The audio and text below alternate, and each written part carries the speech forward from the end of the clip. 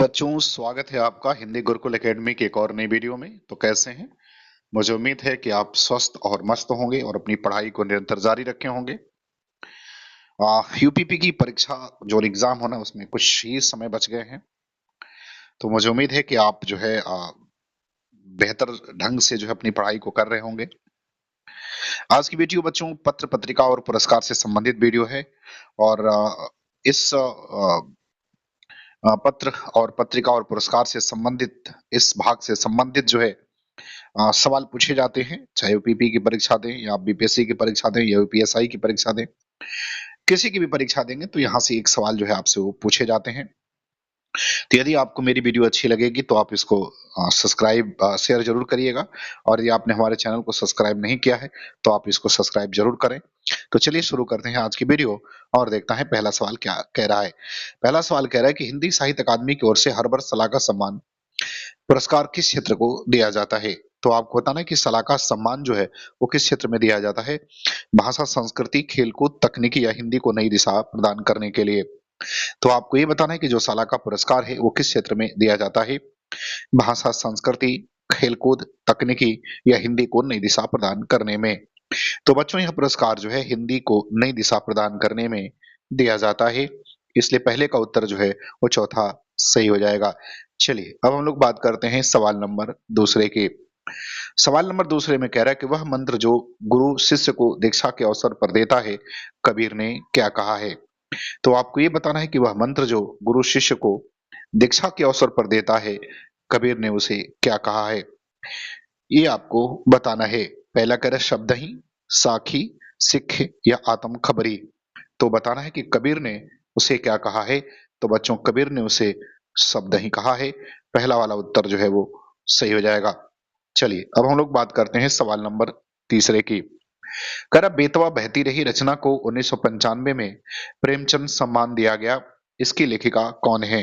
तो आपको बताना है कि 1995 में प्रेमचंद सम्मान जो है बेतवा बहती रही रचना को दिया गया। आपको बताना है कि इसकी लेखिका कौन है? उषा प्रेमवदा, मैत्रेयी पुष्पा, ममता कालिया या नमिता सिंह। तो अब आपको ये बताना है कि यह जो है अ, जो रचना है इसकी लेखिका कौन है? तो तीसरे का बच्चों उत्तर हो जाएगा दूसरा, मैत्रेयी पुष्पा की है। तो बेतवा बहती रही किसकी रचना है? मैत्रेयी पुष्पा का है। और जिसको 1995 में प्रेमचंद सम्मान जो है वो दिया गया। चलिए बात करते हैं सवाल नंबर चौथे की। चौथा सवाल कह रहा है कि वर्ष 2017 में इनमें से किसे ज्ञानपीठ पुरस्कार मिला? तो आपको ये बताना है कि 2017 में जो है वो ज्ञानपीठ पुरस्कार किसे दिया गया? केदारनाथ अग्रवाल, कृष्णा शोभती, कुंवर नारायण या शिवलाल शुक्ल को। तो आपको बताना है कि 2017 में जो है यह ज्ञानपीठ पुरस्कार किसको दिया गया था? तो बच्चों 17 में ज्ञानपीठ पुरस्कार जो है वो कृष्णा शोभती को दिया गया। ऑप्शन नंबर दूसरा जो है वो सही हो जाएगा। और बच्चों ये किसी रचना पर नहीं बल्कि अब संपूर्ण साहित्य पर दिया जाता है। 1983 में महादेवी वर्मा को यामा पर मिलने के बाद तब से जो है यह संपूर्ण साहित्य पर दिया जाने लगा। चलिए अब हम लोग बात करते हैं सवाल नंबर पांचवें की। सवाल नंबर पांचवा में कह रहा है कि जंगल जहां शुरू होता है उपन्यास के रचयिता कौन है? तो आपको ये बताना है कि जंगल जहां शुरू होता है इस उपन्यास के रचयिता कौन है? एक कह रहा भीष्म साहनी, दूसरा कह रहा नरेंद्र कोहली, राजेंद्र यादव और संजीव। तो आपको ये बताना है कि जंगल जहां शुरू होता है इस उपन्यास के रचयिता कौन है? तो बच्चों जंगल जहां शुरू होता है इस उपन्यास के रचयिता जो हैं वो संजीव हैं। ये किसके द्वारा लिखा गया है? तो यह संजीव के द्वारा लिखा गया उपन्यास है। और बच्चों यूपीपी की परीक्षाओं में साहित्य से संबंधित सवाल जो है वो पूछे जाते हैं। चलिए अब हम लोग बात करते हैं सवाल नंबर छठवें की। सवाल नंबर छठवें में कह रहा है कि इनमें से चिंतामणि किसकी रचना है? तो आपको ये बताना है कि चिंतामणि जो है वो किसके द्वारा लिखी गई रचना है? भारतेंदु हरिश्चंद्र, रामचंद्र शुक्ल, हजारी प्रसाद द्विवेदी या रामवृक्ष बेनीपुरी। तो आपको बताना है छठवें का उत्तर कि चिंतामणि जो है वो किसकी रचना है, किसके द्वारा लिखी गई है।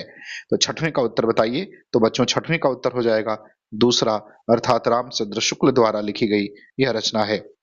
किसके द्वारा? रामचंद्र शुक्ल के द्वारा लिखी गई रचना है। चलिए अब हम लोग बात करते हैं सवाल नंबर सातवें की।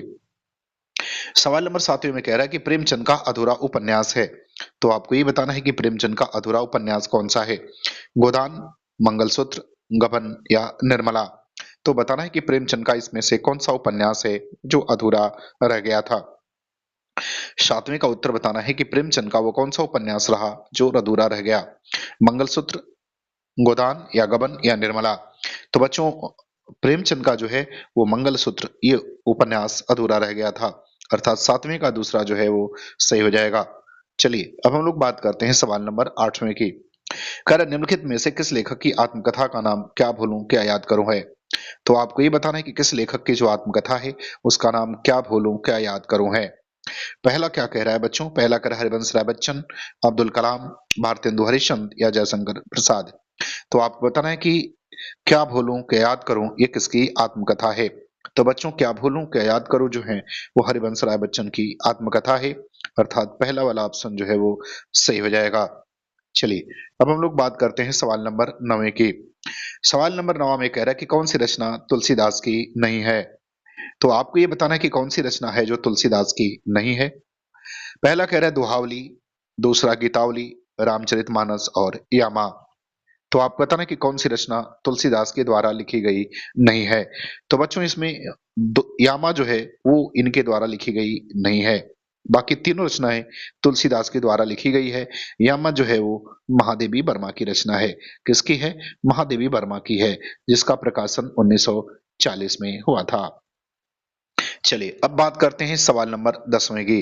10वां में कह रहा है कि मानसरोवर किसकी रचनाओं का संकलन है? तो आपको मानसरोवर के बारे में बताना है किसकी रचनाओं का संकलन है। महादेवी वर्मा, प्रेमचंद, रामचंद्र शुक्ल या रविंद्रनाथ टैगोर। तो बताना है कि मानसरोवर जो है किसकी रचनाओं का संकलन है। तो बच्चों मानसरोवर के बारे में देखा जाए तो मानसरोवर कुछ 8 भागों में है और इसमें जो है प्रेमचंद की कहानियों का संकलन है, अर्थात 10वें का दूसरा उत्तर जो है वो सही हो जाएगा। और ये वेरी वेरी इंपॉर्टेंट है, बहुत महत्वपूर्ण रचना है ये संकलन है। और इसके संदर्भ में या इसके संबंध में परीक्षाओं में सवाल जो है वो पूछे जाते हैं। चलिए बात करते हैं सवाल नंबर 11 की। कह रहा है कि साहित्य अकादमी की स्थापना किस वर्ष हुई थी? आपको ये बताना है कि साहित्य अकादमी की स्थापना जो है वो किस वर्ष हुई थी। 1950 में, 1953 में, 1954 में या 1962 में? तो आपको 11 नंबर प्रश्न का उत्तर बताना है कि साहित्य अकादमी की स्थापना किस वर्ष हुई थी। तो बच्चों साहित्य अकादमी की स्थापना 1954 में हुई थी।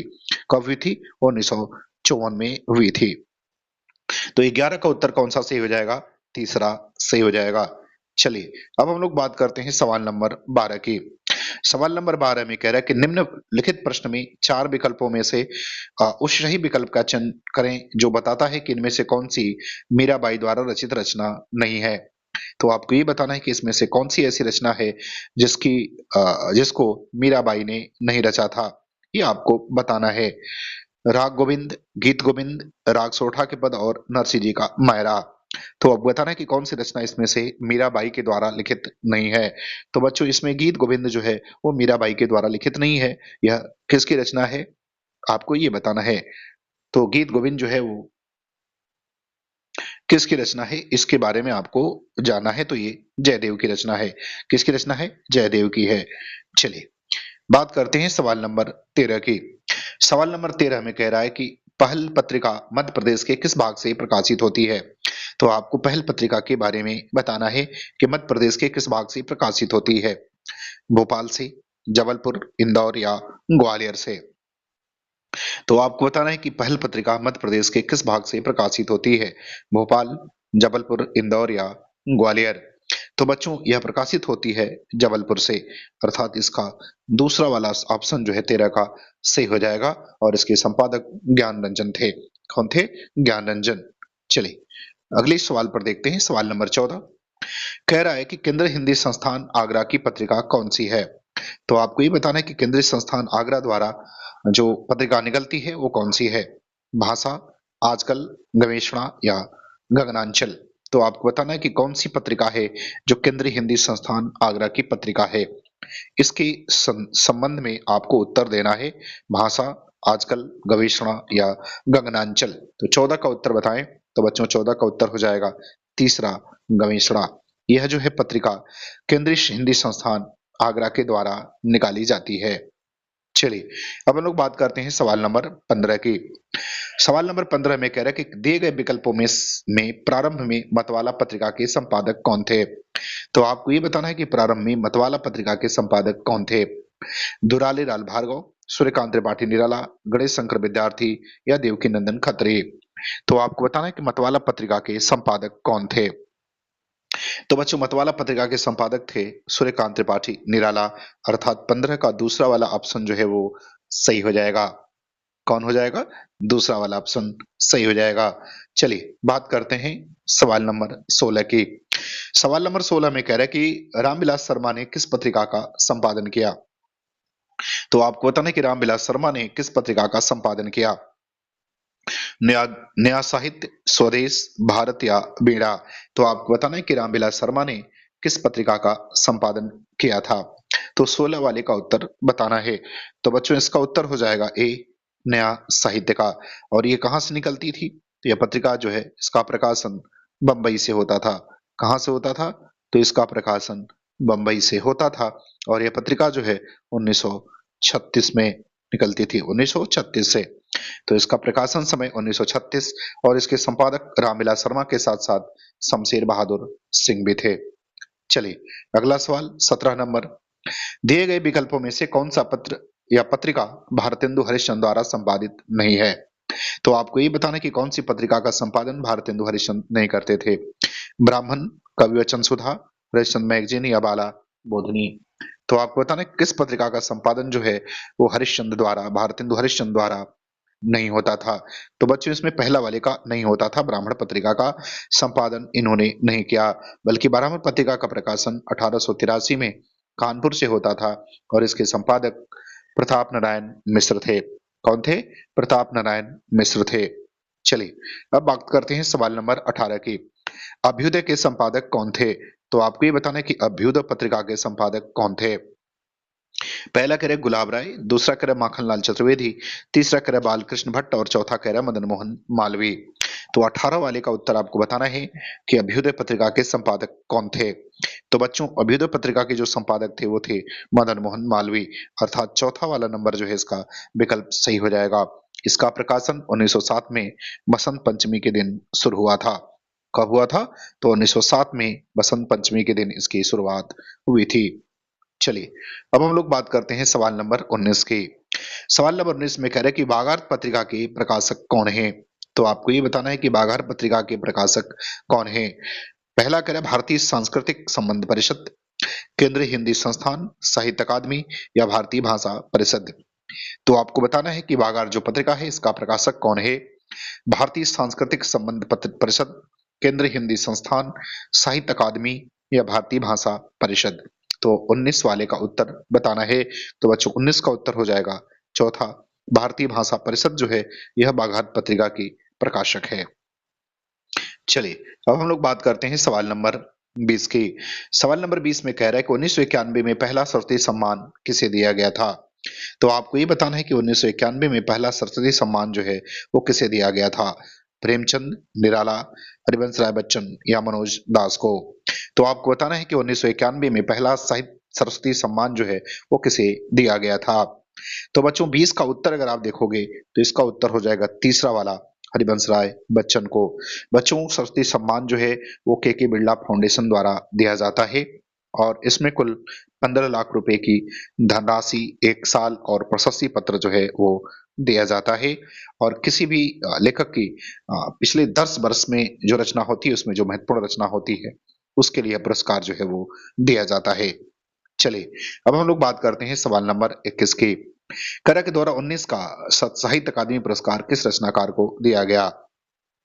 तो बताना है कि 2019 का साहित्य अकादमी पुरस्कार जो है किस रचनाकार को दिया गया है।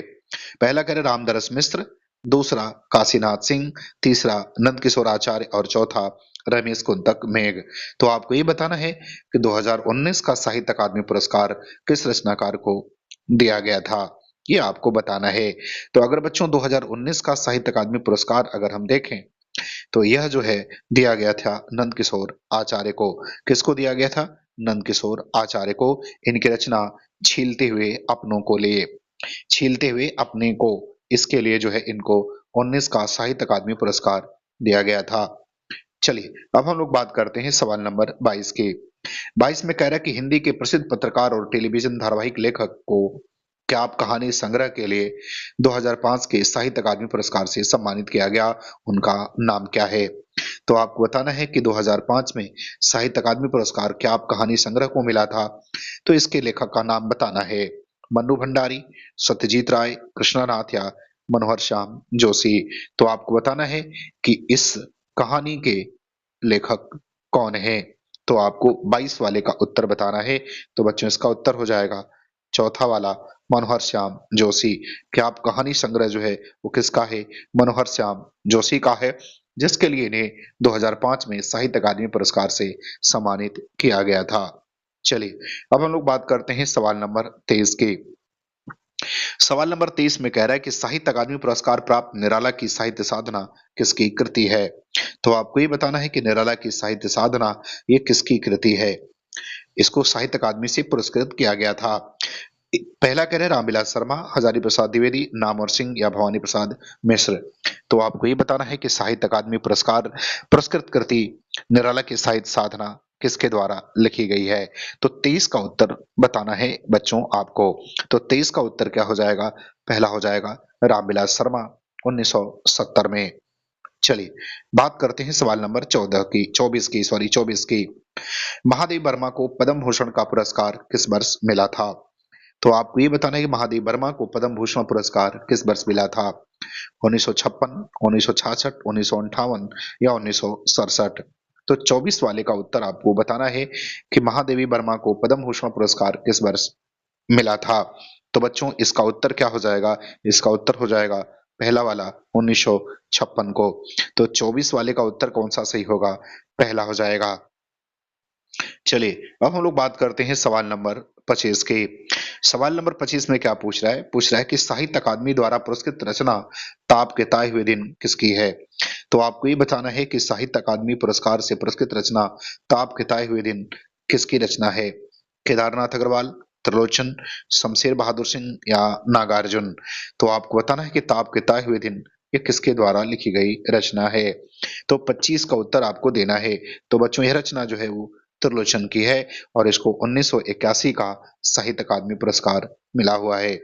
चलिए अब हम लोग बात करते हैं सवाल नंबर 26 की। सवाल नंबर 26 में क्या पूछ रहा है? कह रहा है कि किस रचनाकार को ज्ञानपीठ पुरस्कार नहीं मिला है? तो आपको 26 में बताना है कि किस रचनाकार को ज्ञानपीठ पुरस्कार नहीं मिला है। मैथिली शरणगुप्त, आगे कृष्णा शोभती या अमृता प्रीतम। तो बताना है कि किसको ज्ञानपीठ पुरस्कार इसमें से नहीं मिला है। मैथिली शरणगुप्त को, अज्ञेय को, कृष्णा शोभती को या अमृता प्रीतम को। तो बच्चों इसका उत्तर हो जाएगा ए मैथिली शरणगुप्त को ज्ञानपीठ पुरस्कार जो है वो नहीं मिला हुआ है। अज्ञेय को मिला है कितनी नावों में कितनी बार? 1978 का। कृष्णा सोबती का संपूर्ण साहित्य 2017 का और अमृता प्रीतम को 1982 में कागज के कागज ते कैनवास के लिए। किसके लिए? कागज ते कैनवास के लिए, जो इनका कविता संग्रह है। चलिए अब हम लोग बात करते हैं सवाल नंबर 27 की। सवाल नंबर 27 में कह रहा है कि वर्ष 2023 का साहित्य अकादमी पुरस्कार किसे दिया गया है? तो आपको बताना है कि 2023 का साहित्य अकादमी पुरस्कार किसे दिया गया है। पहला कह रहा है संजीव, दूसरा बद्रीनारायण चौधरी, तीसरा दयाप्रकाश सिन्हा और चौथा कह रहा है इनमें से कोई नहीं। तो आपको ये बताना है कि 2023 का साहित्य अकादमी पुरस्कार किसको दिया गया है? तो बच्चों 2023 का साहित्य अकादमी पुरस्कार जो है वो संजीव को दिया गया है। किसको दिया गया है? संजीव को दिया गया है। तो इसका उत्तर क्या सही हो जाएगा? पहला जो है वो सही हो जाएगा 27 का। चलिए अब हम लोग बात करते हैं सवाल नंबर 28 की। किस वर्ष साहित्य अकादमी पुरस्कार नहीं दिया गया? तो आपको बताना है कि किस वर्ष इसका वितरण नहीं हुआ था। 1960 में, 1961 में, 1970 में या 1962 में। तो आपको बताना है कि किस वर्ष साहित्य अकादमी पुरस्कार इनमें से नहीं दिया गया था। तो बच्चों साहित्य अकादमी पुरस्कार 1962 में नहीं दिया गया, क्योंकि भारत पाकि और चीन युद्ध के कारण जो है यह पुरस्कार इस वर्ष किसी को नहीं दिया गया। चलिए बात करते हैं सवाल नंबर 29 की। 29 में कह रहा है कि आंगन के पार द्वार रचना के लिए अज्ञेय को किस वर्ष साहित्य अकादमी पुरस्कार दिया गया? तो आपको बताना है कि आंगन के पार द्वार ये गे की रचना है और इसको किस वर्ष साहित्य अकादमी का पुरस्कार दिया गया था? 1964 में, 1963 में, 1967 में या 1984 में? तो 29 का उत्तर आपको बताना है कि आंगन के पार द्वार के लिए गे को किस वर्ष साहित्य अकादमी पुरस्कार दिया गया था? तो बच्चों इसका उत्तर हो जाएगा ए, पहला, अर्थात 1964 में यह पुरस्कार जो है इनको दिया गया था। चलिए बच्चों, और आज का अंतिम सवाल 30 नंबर क्या कह रहा है कि वर्ष 2015 का साहित्य अकादमी पुरस्कार किस रचना को दिया गया था? तो आपको बताना है कि 2015 का साहित्य अकादमी पुरस्कार किस रचना को दिया गया था? पहला कह रहा है बाघ, दूसरा कह रहा है कहें केदार खरी खरी, तीसरा कह रहा है आग की हंसी और चौथा कह रहा है गीत पड़ोस। तो आपको बताना है कि किस रचना को 2015 का साहित्य अकादमी पुरस्कार दिया गया था? तो बच्चों में दिया गया था आग की हंसी के लिए, अर्थात 2015 का आग की हंसी कविता संग्रह रामदास मिश्र का है। तो बच्चों, मुझे उम्मीद है कि आपको यह मेरी वीडियो पसंद आई होगी, और यदि आपको अच्छा लगे तो आप हमारी वीडियो को लाइक, शेयर और सब्सक्राइब जरूर करें।